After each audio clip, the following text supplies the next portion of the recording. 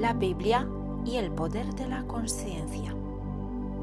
Bienvenidos al primer encuentro de una serie de conferencias sobre el poder transformador que se esconde en estas antiguas escrituras contempladas desde una mirada diferente. Creado por Dumi Chuka. La voz Violeta Andrei. Agradecemos tu participación, estés donde estés, y por compartir este espacio de reflexión, conciencia y crecimiento. Antes de comenzar, una breve presentación. Como muchos de vosotros, crecí en una familia y comunidad cristiana, en mi caso, dentro de la tradición ortodoxa, donde recibí mi primera formación religiosa y conocí la Biblia desde esa perspectiva. Sin embargo, con el paso del tiempo comenzaron a surgir en mí muchas preguntas existenciales, preguntas sobre Dios, la vida, el sufrimiento o el verdadero significado de las enseñanzas de Jesús. Y siendo honesto, sentía que las respuestas que encontraba dentro de ese marco no terminaban de satisfacer ese anhelo profundo de comprensión. Debido a ciertas circunstancias de la vida que hoy entiendo que no fueron casualidad, sino una respuesta a una búsqueda interior, comencé a estudiar la Biblia desde una perspectiva adventista. Durante algunos años sentí que ese camino me ofrecía respuestas más claras y un enfoque más estructurado de las Escrituras. Pero con el tiempo volvió a aparecer en mí esa sensación interior de falta. Fue entonces cuando, casi de forma inesperada, entré en contacto con las enseñanzas de Neville Goddard. Al estudiarlas, muchas piezas del rompecabezas finalmente comenzaron a encajar. Las enseñanzas de Jesús, los símbolos bíblicos, la imaginación, la fe, el yo soy, adquirían un sentido más profundo y práctico. Comprendí entonces la parábola del tesoro escondido que encontramos en Mateo 13:44. Cuando alguien encuentra algo de un valor incalculable, lo deja todo por ello. Así viví ese descubrimiento, como haber encontrado un tesoro. Y cuando algo transforma profundamente tu comprensión de la vida, compartirlo se vuelve algo natural. Por eso nace esta serie, no para imponer creencias, sino para ofrecer una perspectiva que, en mi experiencia, ha sido profundamente reveladora. Antes de todo, quiero aclarar algo importante. No represento a ninguna iglesia ni organización, tampoco busco convencer a nadie, solo invito a la reflexión, al propio descubrimiento. Tomar lo que resulte útil y dejar lo que no. El valor de las enseñanzas espirituales no está en aceptarlas ciegamente, sino en explorarlas, comprenderlas y experimentarlas. Hay algo que siempre me ha llamado profundamente la atención. La Biblia no es un libro fácil de entender y precisamente ahí reside parte de su grandeza. Vivimos en esta época donde todo tiene que ser rápido, claro, inmediato. Queremos respuestas simples a preguntas complejas, pero la Biblia no funciona así. No se deja consumir con prisa, no se abre completamente a una lectura superficial. Y eso, lejos de ser un defecto, es lo que la hace especial. Si fuera un libro sencillo, plano, evidente en cada línea, probablemente no merecía nuestra atención plena. No nos retaría, no nos transformaría. Y esto no es algo nuevo. San Agustín de Hipona señalaba que las escrituras tienen distintos niveles de comprensión y que cada persona accede a ellos según su propio proceso interior. Es decir, el texto no cambia. Lo que cambia es la profundidad con la que nosotros somos capaces de entrar en él. La dificultad de la Biblia nos obliga a detenernos, a reflexionar, a cuestionar lo que creemos saber. Nos invita a ir más allá de la lectura literal y a entrar en un espacio más profundo, donde las palabras no solo se entienden, sino que se experimentan. Y en ese proceso ocurre algo muy valioso. Empezamos a ejercitar facultades que muchas veces están dormidas en nosotros. La capacidad de contemplar, de interpretar, de conectar ideas, de percibir lo simbólico, de escucharnos por dentro. No es solo un ejercicio intelectual, es también un proceso interior. Porque cada vez que volvemos a un mismo pasaje, descubrimos algo nuevo. No porque el texto haya cambiado, sino porque nosotros ya no somos los mismos. Hemos crecido, hemos vivido, hemos sentido, y entonces el mensaje se revela de una forma diferente. Por eso, más que un libro para entender de una vez, la Biblia es un camino, un diálogo continuo entre el texto y la persona que lo estudia. Y quizás ahí está su verdadero valor, no solo en las respuestas que contiene, sino en las preguntas que despierta en nosotros. Empezamos nuestra incursión con una pregunta muy básica. ¿Por qué la Biblia es un libro espiritual tan grandioso? Porque no es solo un libro religioso histórico, sino una obra que trata de responder a las preguntas más profundas del ser humano. ¿Quiénes somos? ¿Por qué estamos aquí? ¿Y cuál es nuestra verdadera naturaleza? No fue escrita únicamente para ser estudiada, sino para ser vivida. Sus enseñanzas invitan a desarrollar la fe, transformar la forma de pensar, elevar la conciencia y vivir desde una comprensión más profunda de amor, verdad, sabiduría. Por eso, generación tras generación, la Biblia ha seguido inspirando a personas de culturas y épocas muy diferentes. Sin embargo, también es cierto que en su nombre se han justificado guerras, divisiones, sufrimiento.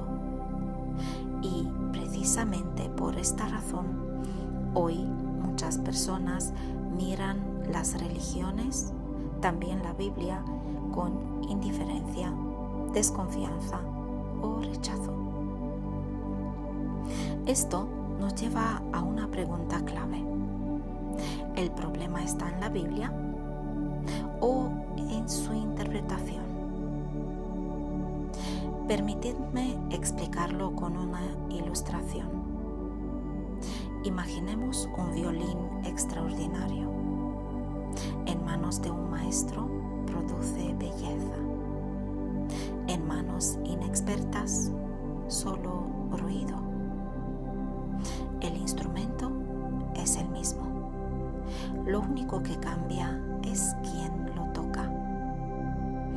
Asimismo, ocurre con la Biblia. Dependiendo del nivel de conciencia, la comprensión, la interpretación de quien la lee, la Biblia puede convertirse en una fuente de sabiduría profunda, transformación interior e inspiración, o puede ser utilizada para justificar conflictos, divisiones, miedos. Por eso es importante comprender algo fundamental. La Biblia, siendo un libro espiritual, habla a la versión espiritual del hombre, a nuestro yo profundo, y no al yo superficial con el que solemos identificarnos la mayor parte del tiempo. Cuando vemos la Biblia únicamente desde la mente racional, desde una percepción sensorial o desde una perspectiva puramente histórica, nos arriesgamos a perder su verdadero significado.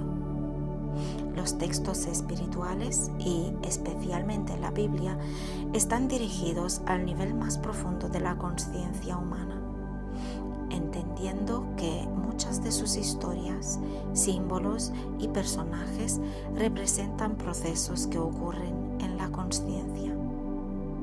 Desde esa perspectiva, la Biblia deja de ser solo un relato externo del pasado y se convierte en un poder trascendente. Otro punto importante es entender el lenguaje simbólico que utiliza. Por ejemplo, encontramos constantemente referencias a elementos como piedra, agua, sangre, semilla, peces, entre muchos otros. Estos elementos deben entenderse como símbolos que ayudan a expresar procesos internos de la mente. Utilizando imágenes que todos reconocemos en el mundo físico, podemos llegar a comprender realidades más profundas.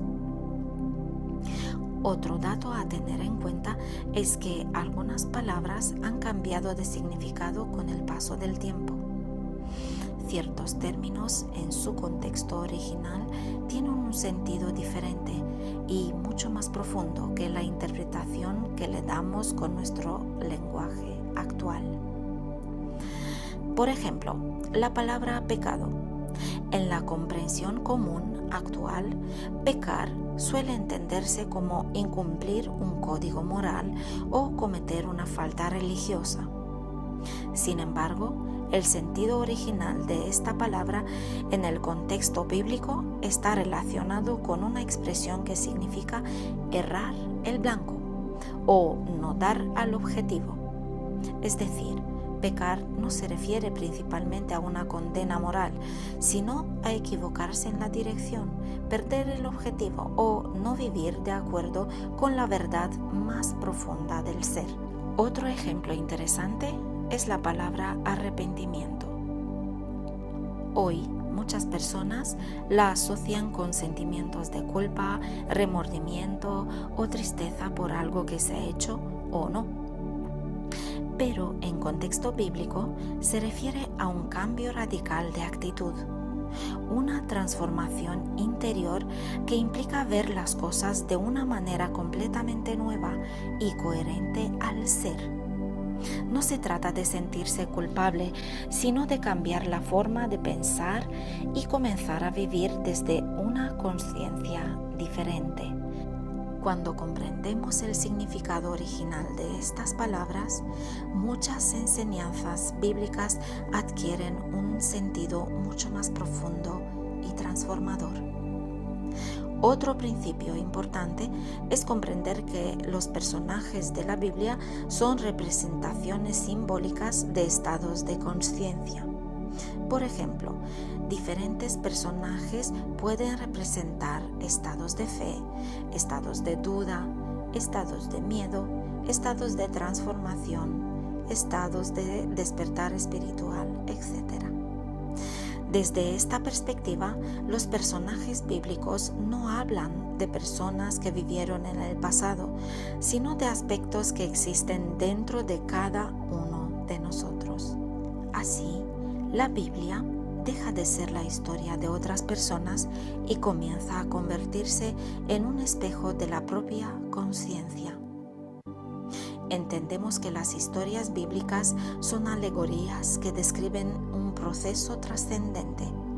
Relatan el camino que recorre la conciencia humana desde la ignorancia hasta el conocimiento, desde el miedo hasta la fe, desde la limitación hasta la libertad. A partir de ahora, miraremos la Biblia desde una perspectiva interior y simbólica.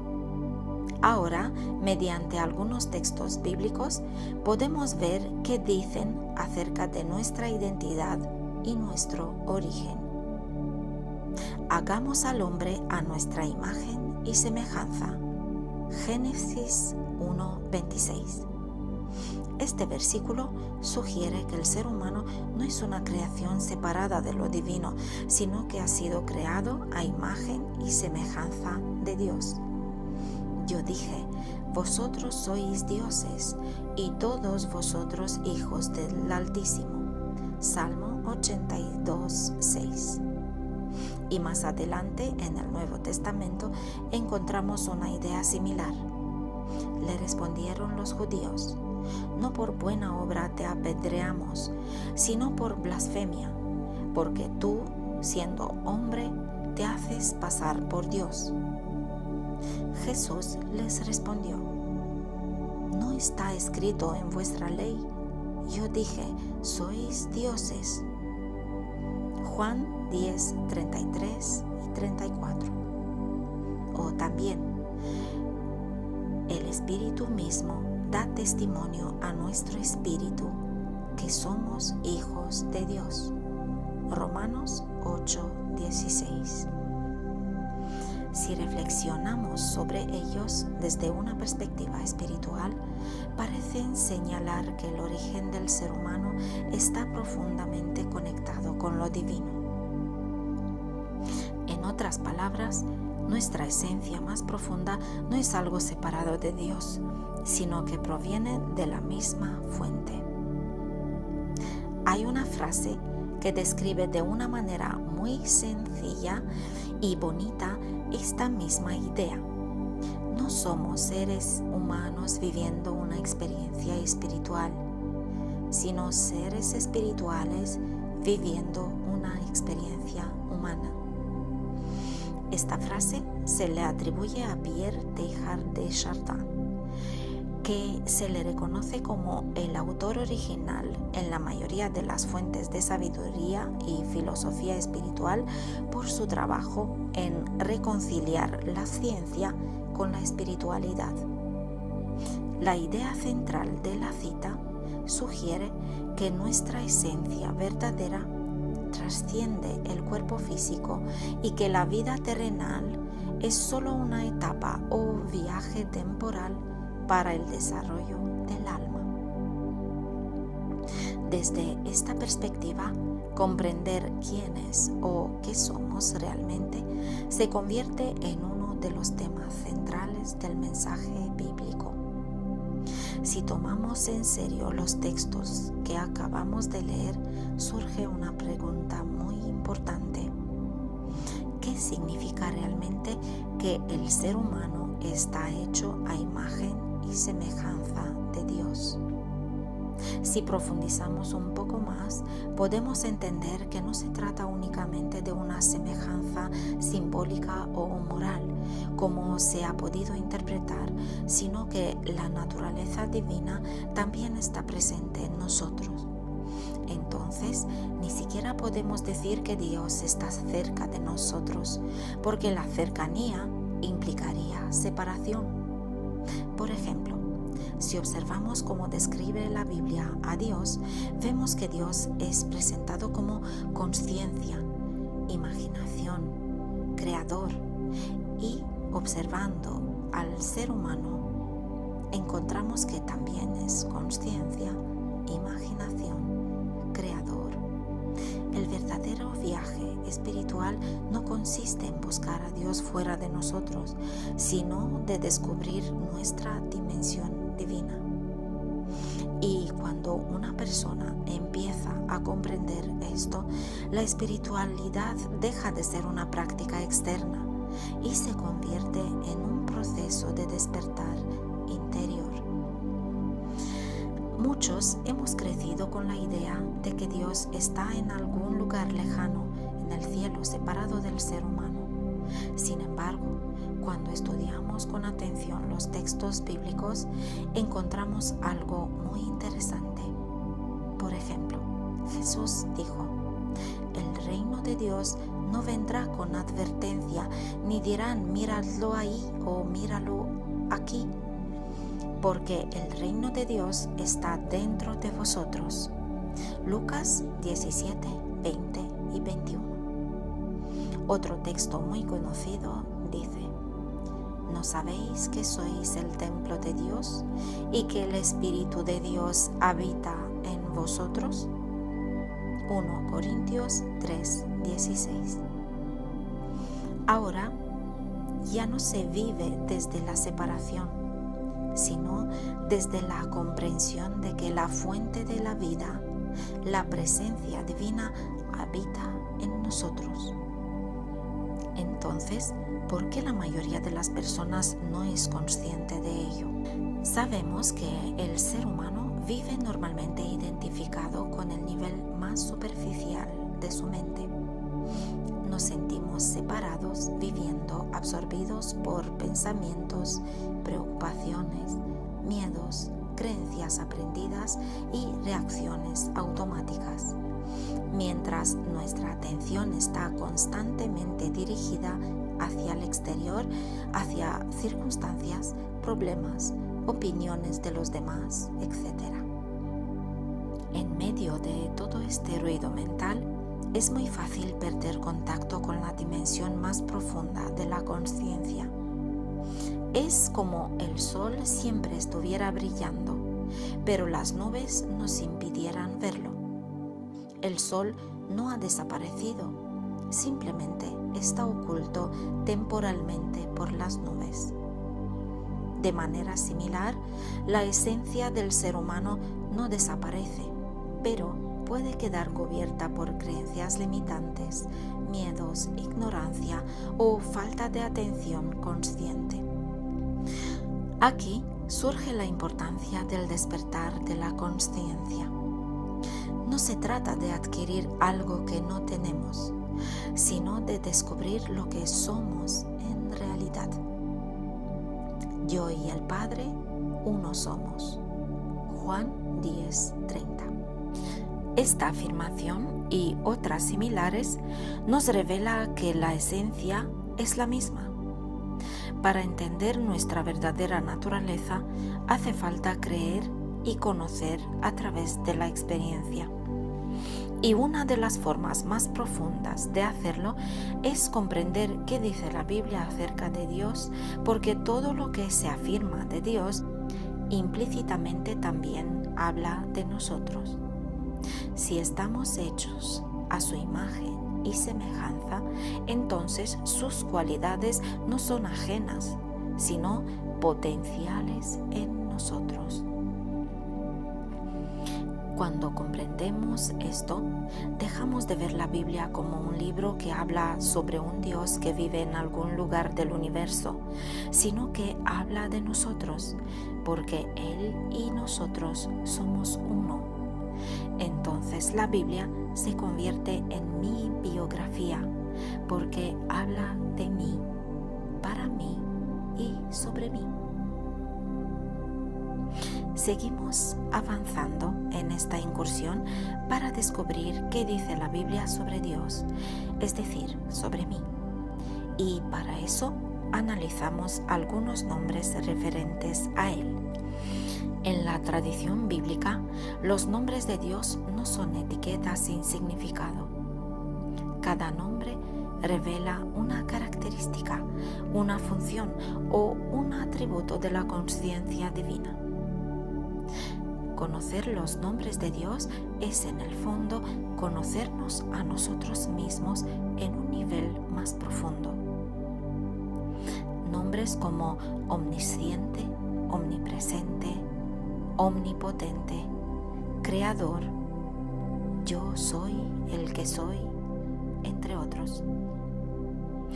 En esta ocasión vamos a detenernos a analizar, aunque sea de forma sencilla, solo uno de estos nombres.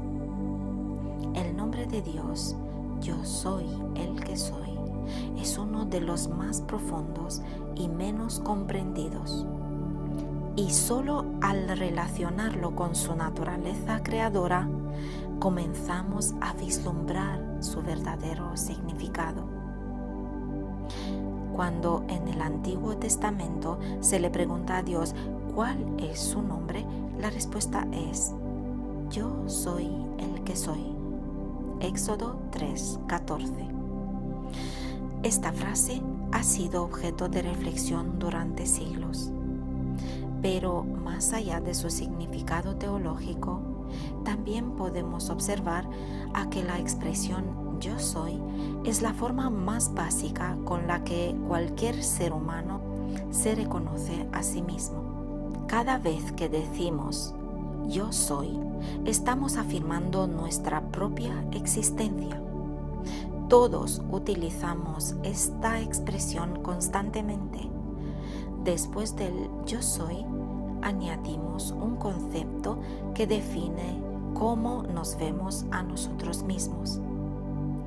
Asimismo, entendemos que el yo soy representa la identidad que asumimos y todo lo que viene después del yo soy termina en crear consciente o inconsciente nuestra experiencia de vida. Entonces, si el ser humano es una con Dios y posee conciencia, imaginación, capacidad de crear, de transformar y de dar forma a su mundo, cuando usamos el nombre yo soy, todo lo que viene después es creador. Siguiendo en la misma línea, el cuarto mandamiento lo expresa de manera magistral en Éxodo 27. No tomarás el nombre de Dios en vano.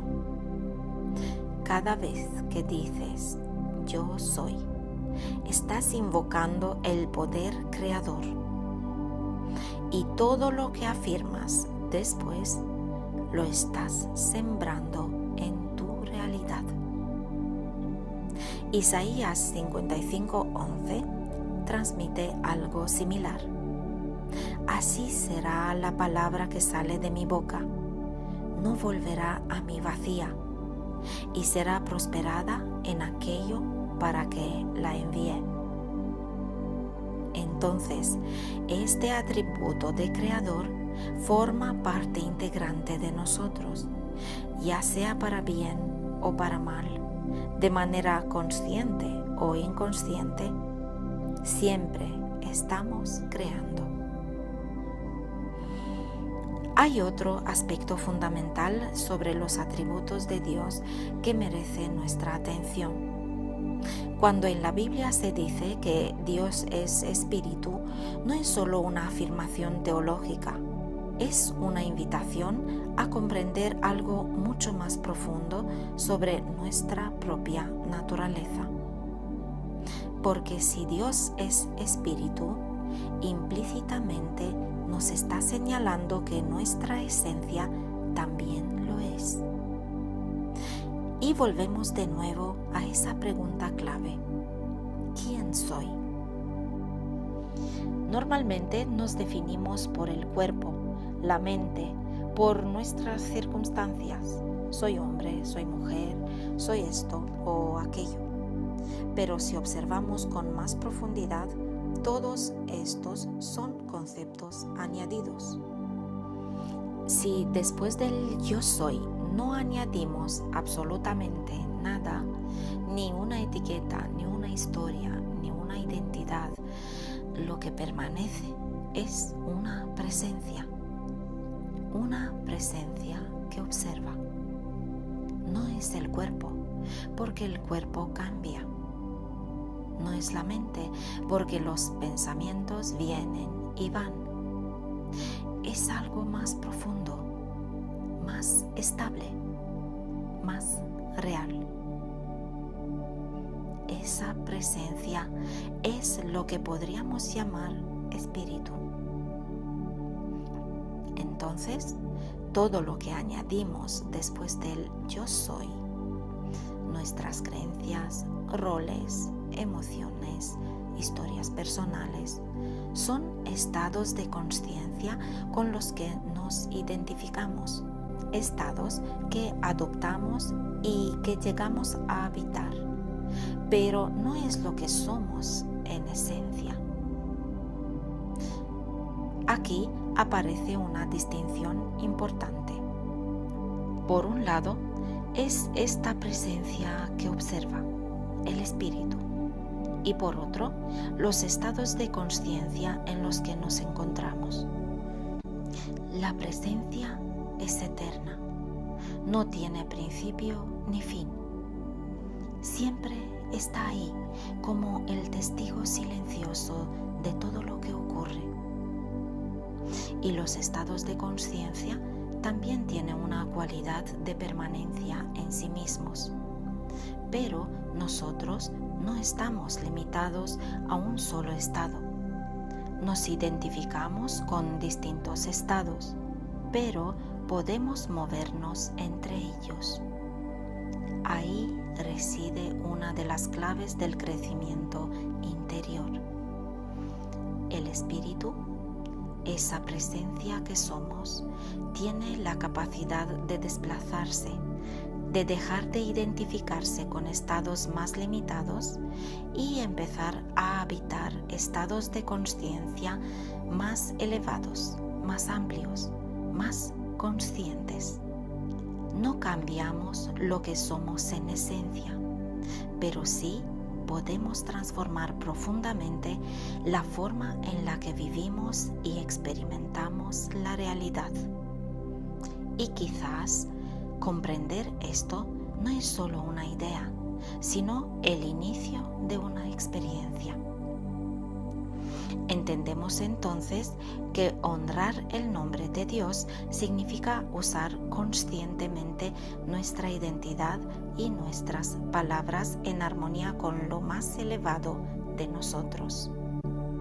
Ahora, además de la interpretación bíblica, encontramos también ideas similares en otras enseñanzas como los principios universales herméticos, como la ley del mentalismo que dice todo es mente, o la causa y efecto, que dice todo efecto tiene una causa y toda causa tiene un efecto, o de correspondencia, lo que es arriba es abajo, lo que es dentro es fuera, entre otras. Según estos principios, la realidad externa es el resultado de procesos internos, lo cual coincide con la idea de que yo soy más nuestras creencias organizan nuestra experiencia de vida.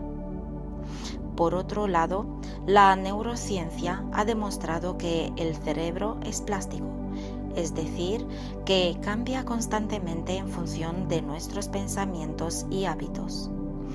Esto significa que al enfocarnos y repetir ciertos pensamientos o identidades, estamos literalmente reconfigurando nuestras conexiones neuronales, lo que influye en cómo percibimos lo que sentimos y cómo actuamos. Y finalmente, la física cuántica, que ha demostrado cómo el observador influye en lo observado. Aunque muchas veces se simplifica, este principio apunta a algo muy poderoso. La percepción y la atención juegan un papel clave en manifestar la realidad. En conjunto, estas tres áreas apuntan en la misma dirección. Lo que pensamos, creemos y sostenemos en nuestra conciencia no es algo pasivo, sino que tiene un papel activo en la forma que experimentamos nuestra vida.